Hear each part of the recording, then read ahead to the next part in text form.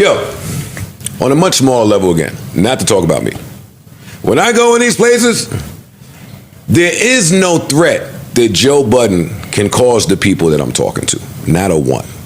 What's up, everybody? Welcome back to another episode. Please like the video and subscribe. Our target is only 1,000 likes. So Drake's company, Frozen Moments, filed a petition in a New York court on Monday, accusing the streaming service Spotify and Universal Music Group of conspiring to inflate the streams of Kendrick Lamar's hit diss track, Not Like Us. Not Like Us being the result of Kendrick Lamar and Drake's year-long beef, broke records on the Billboard rap charts, retaining the top spot all summer. Frozen Moments, which is described in the filing as an entity wholly owned by Drake, alleges that Universal Music Group launched a campaign to manipulate and saturate the streaming services and airwaves with Not Like Us via bots and pay-for-play agreements. The filing alleges the song was licensed to Spotify at a 30% discount in exchange for a boost in recommendation to users.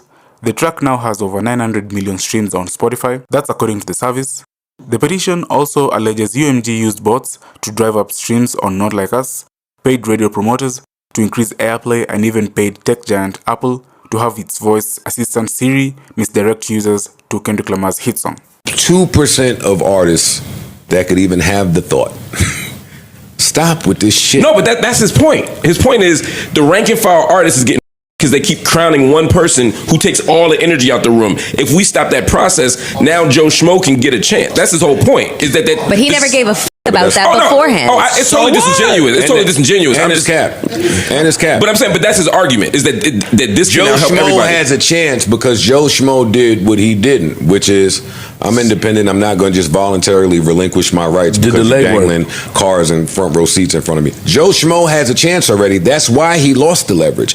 He was supposed to be the leader of the new school. Shout out to Busta Rhymes. He was supposed to be the person to, on a much smaller level again, not to talk about me. When I go in these places, there is no threat that Joe Budden can cause the people that I'm talking to. Not a one. Me, like by myself, like in all of my power. They don't give a about nothing I'm talking about until I say, you know the whole wave of fucking creators out there listen to me and follow me. I got proof, but like you can't. When I say something or do something, there's millions of people that's watching me and is about to try and emulate the same thing. That's the only time to get scared. There's nothing that you can do yourself. So Drake was supposed to be the leader of that and say, I have hundreds and millions of people that's going to do and go as I say when that was at its peak. Who cares now? You know what? And he might have went in there and said that and said, being that I got this, I want 400 million. Well, he was due to 400 million based off his own. I'm just saying that at that point, based off that his own might have been what I'm fighting for. And now I learned more, and it's then he sold everybody short. Or no, then he sold everybody short. Y'all know I got the ear of, bro, adversity. We are keep missing that. He might not have ever had to have that stance with the labels before. He may have never had to have that stance. When you go home after getting the door shut in your face, now you go home and ponder on how to get around the door, or your brain goes to plan B mode. First door. Well, this might be his first plan B chance ever. Maybe instead of running around and buying Pusha T's first microphone and Pharrell's chain, Michael Jackson looked Paul McCartney in the face and said, "How much is your publishing?" What the are you niggas talking about? Said that too. If your pub was up for sale, I buy the whole thing. He got to that point. I know, on a record. He got to that point. I know, on a record. What he did in real life was go buy a van that looked like it was on Good Kid, Mad City. If you at the big boy poker table now. You know how you walking into the wind, when you walking down that little hallway in the wind with the coffee shop and the bars on the corner, to the left is a little slot machines. To the right, you can see him if the shit ain't closed. You can see him. Is the big boys. The high roller Are we room. complicit? You need 5 million plus, 10 million plus to be allowed over here. So again, negligence, naivete on his part, because if you're aware of your opponents, then I'm trying to go buy Futures Publishing. I'm trying to go buy 21 Savage's publishing.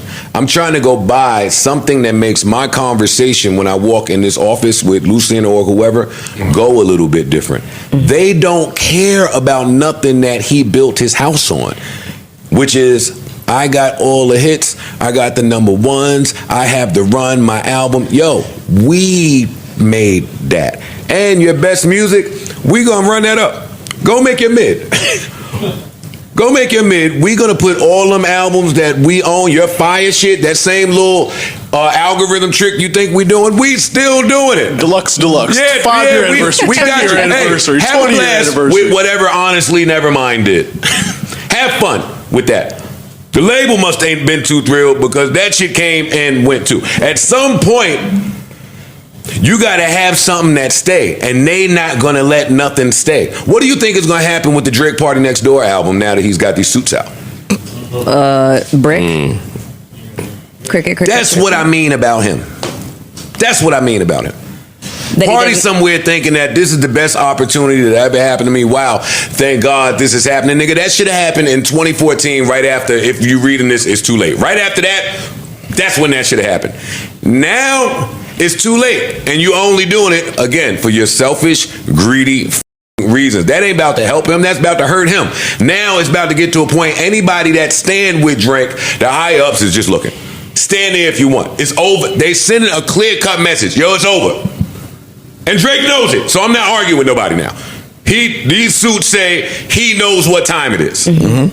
For sure. Yeah. So he's just going out snitching, basically. Over the past several months, Drake has repeatedly sought to That's what it engage looks UMG in discussions to resolve the ongoing harm he has suffered as a result of UMG's actions. They have refused to engage in negotiations and insisted that UMG is not responsible for its own actions. Instead, they pointed the finger at Mr. Duckworth, aka Kendrick, insisted that Drake should initiate legal action against him rather than UMG, and even threatened to bring its own legal claims against Mr. Duckworth if Drake were to pursue claims against UMG. Newsflash, that's what he wanted to do anyway, but he can't. You can't do that. But if y'all think the Karen in him don't want to sue Kendrick himself, But isn't that the purpose directly, of this? then I don't know what game you're looking at. If he is sued, I don't care if they said, hey, go sue him. Guess what? That's jargon to you now. For me, that says even they lying to you different than they normally would. They're not going to jump on that suit if Drake sues Kendrick. They've anointed Kendrick. You are going to take us to the next stratosphere. We're not jeopardizing that. It's the field versus you. It's over for you. They're just saying it's over for you. if it's the thing for me is when it's over for you, you can go out a couple ways. You can just fade into black. You can just have a good career, or you can go out in a blaze of fucking glory. Exactly. Which or is you can do duck lips and go grab barrettes and do a bunch of funny hairstyles and be seen with the white boy. I don't want to hear all of this shit. The nigga looks stupid now. Does this lawsuit, because from what I could hear in social media and in other media circles, people aren't making a distinction between him suing Kendrick and him suing the record label. People are like, yo, he's suing Kendrick, he's going out like a sucker. No, Kendrick is not involved. You a bitch His no name's matter not what. listed. No, I know, but I'm saying people are hearing it like all the jokes, all the stuff is still like he's suing Kendrick. Well, stopped it. Right. Does this ruin his, I mean, what does this do for his legacy? This hurts. Yes. No matter how you look at it, this is the biggest L I've ever seen in history. Right. Yeah, That's what I'm saying. This is pretty bad. Like athletic history, like this is worse than Atlanta and the on the flip side of that, but wait, being called a pedophile hurt my legacy. So I gotta fight it. See, I even think that's a scapegoat. I think that's something. Y'all are crazy. No. I think it did, but being able to hang your hat on it as for it being the cause of all of your shit going awry is cap. It's played a huge part, but your missteps got us here, and this is the culmination of it. Your missteps are what got us here. I agree with that. But niggas on the internet talking about this is the biggest L since this bigger fall off than Ja Rule, which I think is a total slap in the face to Ja Rule. I think the audience owes Ja Rule an apology. Ja Rule was never doing this. No. Ja Rule was never playing this game. Shit. If you're saying that, you're not understanding the game that's being played. This fall off is monumental. Odell ain't called that nigga in years. That really is over now. That relationship. Odell is out. You guys ring. He's not talking to you anymore. And I feel Drake, yo. How you feeling, but then you kicking his back in? No, I'm not kicking his back in. I'm telling the truth. No, well, the truth is, for 10 years on this podcast in February, I've had to sit here tight-lipped because everybody's stupid.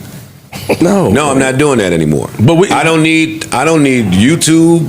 I don't need hot takes. I'm one of the few people that could look at this and just know what time it is. Play with them. Don't play with me. I feel Drake because he has fair and valid points in some of this shit, yo. I've showed up for too many of y'all. That DeMar DeRozan shit is still in effect. Yo, you was in my house. I talked you out of depression. Future, Thug, Weekend. Nigga, I found you on the street, you piece of shit. But he looking at niggas like I look at Bleep. He done helped too many people. So now he's watching Since Not Like Us or Bot Like Us, whatever you want to call it. Since that, I'm seeing the tides turn in ways from places that I never expected it to. And it's up for all of you. It's up for all of you. And I'm with that willfulness and that conviction and that determination. I'm with all of that. I just don't think that he wins it because of the timing of this. But back to that whole facade about this is for the betterment of musicians everywhere. That's bullshit. Most musicians, even if they're at the top of their game, don't have enough money to do this with the people they need to do it to. 1. 2, even if they have enough money, they know that if they do that, their career is effectively over. So people are not rushing to do that. I applaud Drake because to me, this move comes off as, for lack of a better term, like bomber. Kamikaze for sure. Kamikaze. Yeah, you gotta say that other word. Yeah, write that. Bleep that. I don't know if we can use. This is like the end of Lioness on that mission they went on. When that mission they went on, when George, the nigga was like, boom, and it's over. I think he know it's over. It's a good ending though. Oh man, yo, they're killing the cliffhangers. They're killing the cliffhangers going into the next episode. But I think he knows it's over for him, and on the way out, I'm trying to take a few of y'all down with me, and hopefully the after effects of that could help somebody. But it also gives him a better narrative. So now that he can say Kendrick didn't end my career. I went against the boss of all bosses for the people, and they took me down, and that's why my career is over. I mean, that's a much better ending. Now you can go down as a martyr as opposed to a nigga that got bodied in a battle so bad. That I treated unfairly. Right. Yeah, it was the industry versus me. But right. It's not a bad ending if you want, especially if you're delusional. It's not a bad ending if he's writing it and that's it. But he has to battle the optics of this in hip hop. Yeah. And that is, you a bitch. And I think that was a miscalculation. I think he thought suing Universal, nobody would give a fuck. But the way that shit tried it out and played out, it looked like he's suing Kendrick. But not his peers. I mean, I don't think that works for him because the peers, again, you benefited from this. So it looks like just optic wise, like, hey man, I was all right when that was working for me. Right. Now it's working against me, and we have to destroy all of this shit. We can't be having this. This is now you want to get on your moral high horse. Right. But that's where people looking at it like that's Meek has came out and said, some comments. I mean, people are commenting. I mean, I think it's only What Meek say? What are they saying? Sorry. Oh Lord. No, did he say like Drake did the same thing against him? No, Meek said that. That's who got a case. Because I think, that's what I think is different. Meek got a case. He said, but Meek does have a case. He said, but Meek be tripping. Yeah, all right, like that. That's what he said. But Meek be tripping. Like, if you saying that, right? Because he was saying the same shit. If you saying Drake benefited from the labels pushing your album, that's different than saying that they push somebody's album against me. Right. Like Meek could say, yo, if that happened to Meek and they said, yo, when I was putting out shit against Drake, it was being suppressed, or that's something totally different than, yo, they push my album to get album sales and to make me number one. It's a totally different ball game. What I'm saying is that I think only the fans and the people online, they are the one that's laughing at Drake, but the people that have experienced issues with labels, I think they may support him. It's just the fans and the people, the everyday people that oh nigga, you lost, not like us, da da da da da. But the people, like look what Meek said, and other people may support. Meek also said, I went indie, and my last 2 show offers were in Finland and Portugal. Big festival shows, but nothing after. I sold out the Garden and went indie after Expensive Pain. The media made it look like I fell off terribly after. Expensive Pain is close to platinum. So basically what he's saying is, once I stopped playing the game, they disappeared me. So you have to be willing to play a different game. Correct. Right? Everybody's Drake should have known or been advised that, yeah, you may take a step back in terms of sales and branding and yada, yada, yada. But when you see that back end money from you hitting upload as a strictly independent, it will make up for it. With a lot less of the ask. If they you will